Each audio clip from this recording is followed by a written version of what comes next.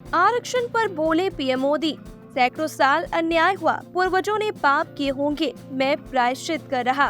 PM Narendra Modi ने कांग्रेस पर आरोप लगाया है कि वह संविधान और आरक्षण को लेकर झूठ फैला रही है। उन्होंने महाराष्ट्र के सोलापुर में एक रैली को संबोधित करते हुए कहा कि ओबीसी प्रतिनिधित्व के नाम पर ये लोग झूठ फैला रहे हैं। इनकी सच्चाई सामने आ गई है तो बौखला गए। आपने देखा होगा कि ये लोग सिर्फ मोदी को गाली दे रहे हैं। इनके पास चुनाव में कोई मुद्दा ही नहीं बचा है। कांग्रेस ने दशकों तक एससी, एसटी और ओबीसी से जिस तरह विश्वासघात किया है, उसके चलते ये लोग उससे नाराज है। उन्होंने कहा कि अब ये लोग झूठ फैला रहे हैं कि संविधान बदल देंगे और आरक्षण खत्म कर देंगे।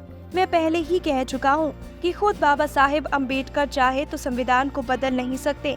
सैकड़ों सालों तक जिनके साथ अन्याय हुआ, हमारे पूर्वजों ने पाप किए होंगे। मेरे लिए ये प्रायश्चित का अवसर है, इसलिए आरक्षण को जितनी ताकत मैं दे सकता हूँ उसके लिए प्रतिबद्ध हूँ। मैं आज ज्यादा से ज्यादा सीटें इसलिए मांग रहा हूँ कि एससी, एसटी और ओबीसी के आरक्षण में खेल ना हो सके। पीएम मोदी ने कहा कि इन लोगों ने आरक्षण का बड़ा हिस्सा माइनॉरिटी को देने का खेल खेला है, इसलिए आपसे मैं आशीर्वाद मांगने आया हूँ कि मोदी को मजबूत करो।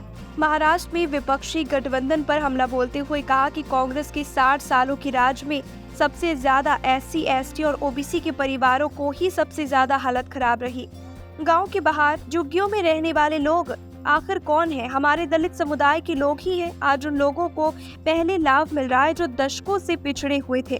हम जानते हैं कि देश के संसाधनों पर पहला अधिकार उन लोगों का है जो आखिरी पंक्ति में है।